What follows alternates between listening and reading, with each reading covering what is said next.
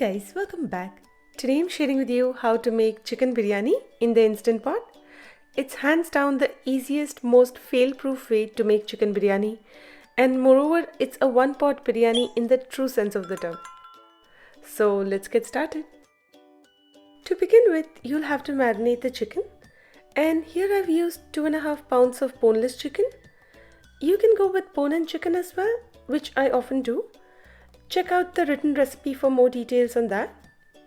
But when using boneless chicken, always go with thigh meat, especially when pressure cooking, because it's easier to overcook breast meat, turning it dry and rubbery. And cut the chicken into relatively bigger bite-sized pieces for this. Then for marination, you'll need 4 tablespoons of yogurt, 3 tablespoons of ginger garlic paste, 2 teaspoons each of salt, red chili powder, garam masala powder and coriander powder, and a teaspoon of cumin powder. Mix all of these ingredients to make a marinade for the chicken.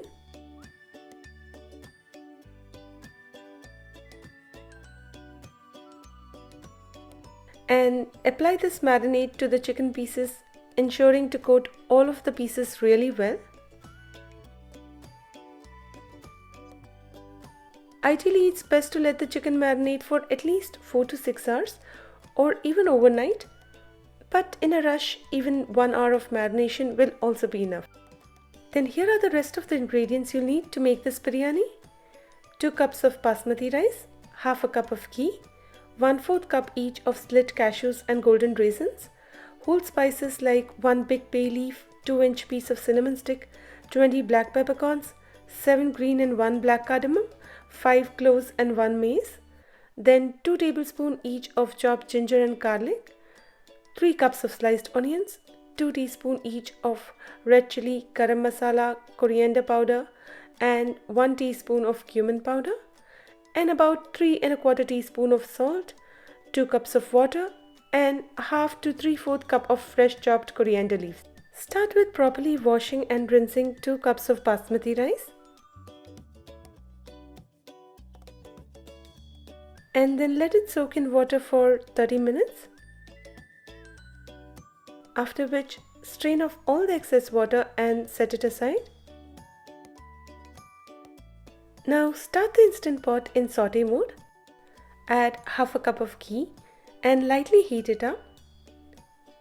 Then first add 1/4 cup of cashews and lightly roast it for 1 to 2 minutes, just to give it a head start as it takes a little more time to roast.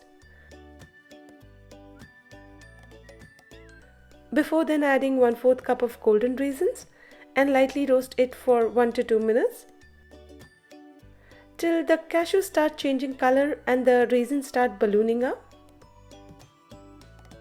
When done, take them out using a slotted spoon to strain off all the excess ghee. Now in the ghee, add in the whole spices all together: a bay leaf, 2-inch cinnamon sticks, 20 peppercorns, 7 green and 1 black cardamom, 5 cloves and a mace, and lightly roast it for just a minute or so till they start giving off a light aroma. Then add in 2 tablespoons each of chopped ginger and garlic and lightly roast it for 1 to 2 minutes till they start to change color. Now add in the 3 cups of sliced onions and about 1¼ teaspoon of salt and saute till the onions turn golden brown in color. At this point, it's best to switch the saute mode from normal to high for roasting the onions to cut down on the time it takes to roast the onions. But even on high, it might take about 15 minutes to roast them well. Here also ensure to keep moving the onions around every few minutes to ensure that they don't burn as they are being roasted on high heat. Still, if there is something little stuck to the bottom of the pot, that's fine, you can get it off before pressure cooking. When the onions are done, switch back to saute mode normal. Add in the spice powders all together, which is 2 teaspoons each of red chili, garam masala and coriander powder and a teaspoon of cumin powder, and mix it in. And here it's best to quickly add a splash of water too, to ensure that the masalas don't burn due to high heat. And also adding water will help scrape off anything sticking to the bottom of the pot.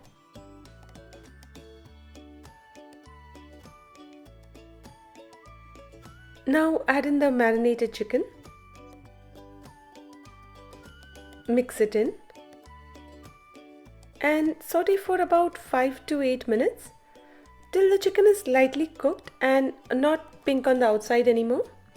This saute time for chicken will vary a little based on whether you're using boneless or bone-in chicken. And like I mentioned before, I have shared more about recipe variations in the written post linked below. But basically you don't need to fully cook the chicken. You just need to cook it until it's not pink on the outside anymore. When done, turn off the Instant Pot saute mode.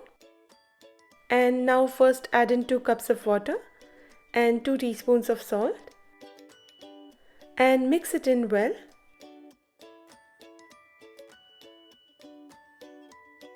Then finally add in the strained rice.